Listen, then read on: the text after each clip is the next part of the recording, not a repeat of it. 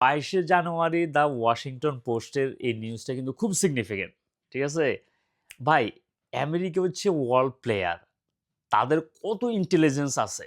FBI থেকে শুরু করে হেরা মানে পৃথিবীতে কোথায় কি ঘটতেছে এগুলোর রিপোর্ট তাদের কাছে কয়েক মাস আগে চলে যায়। কারণ তারা হচ্ছে ওয়ার্ল্ড লিডার। তারা জানে কোনটারে কিভাবে ট্যাকল দিতে হবে। ঠিক আছে?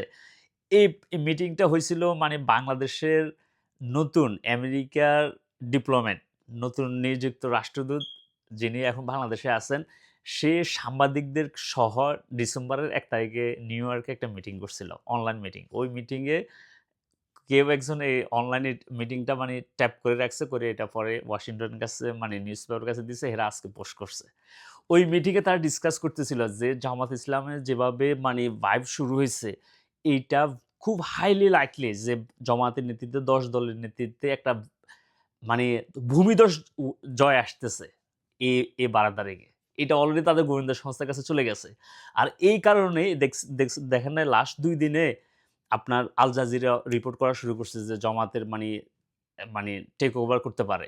তারপর রয়টার্স আবার শুরু হয়ে গেছে যে মানে গবেষণা করা শুরু হইছে এটা কি ছিল জামাতের মানে তাদের পলিসির পিছনে কোন জিনিসটা তারা ইমপ্লিমেন্ট করছিল যে বাংলাদেশে এতবার তারা ব্যান হইছে, এতবার মানে বিভিন্ন প্রশ্নের শিকার হইছে, তাদের বড়, বড় নেতারাদেরকে ঝুলাই দিছে। তারপরেও কিভাবে তারা এইভাবে মানে ল্যান্ডস্লাইড আসতেছে। ঠিক আছে? ভাই এগুলো তো আমরাই আমাদের এগুলা যেসব ইন্টেলিজেন্স আছে এরা তো এগুলা নিয়ে চিন্তা করে না। কিন্তু ওয়ার্ল্ড লিডাররা কিন্তু হেদেরা বড়, বড় হেদের এজেন্সিগুলো অলরেডি ইনফরমেশন চলে গেছে। বাট আমেরিকার রাষ্ট্রদূতের মানে ওই প্রোগ্রামে তারা একটা জিনিস মানে স্বীকার করছে যে জামাত ইসলামের যেভাবে মিডিয়া ব্যাশিং করে বলতেছে যে তারা এক্সট্রিমিস্ট, তারা আসলে মানে জঙ্গিবাদ উঠানো হবে, এই করবে, সেই করবে। এটা কিন্তু আমাদের পাশের দেশ ভারতও কিন্তু গুডি ছাড়ছে। কিন্তু এটা আমেরিকা বিশ্বাস করে না। আমেরিকা বিশ্বাস করে যে জামাত ইসলাম যদি ক্ষমতায় যদি আসে, তাহলে তারা মানে এক্সট্রিমিস্ট মানে অথবা মানে আপনার শরিয়া আইন যেটা বলে মানে যেটা আসে মানুষে এই করব, সেই করব, এত কিছু চাপায় দিবে না। আর যদি চাপাইও দেয়, তাহলে তারা ওটার অ্যাকশন হিসাবে তারা স্যাংশন দিবে।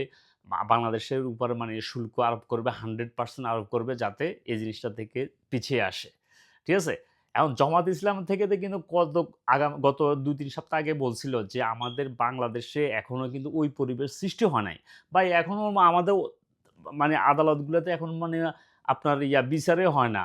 তারপর মানুষ রাইট অ্যান্ড রং এগুলা চিনে না। আপনি কিভাবে এই জিনিসটা ইমপ্লিমেন্ট করবেন? ইমপ্লিমেন্ট করার জন্য আপনাকে আগে বাংলাদেশের যে প্রচলিত আইন আছে, আগে এই আইনের প্রয়োগগুলা শুরু করেন। মানুষের আইনের প্রতি রেসপেক্ট আসুন। তখন দেখবেন আস্তে, আস্তে পরিবেশ তৈরি হবে এগুলার জন্য।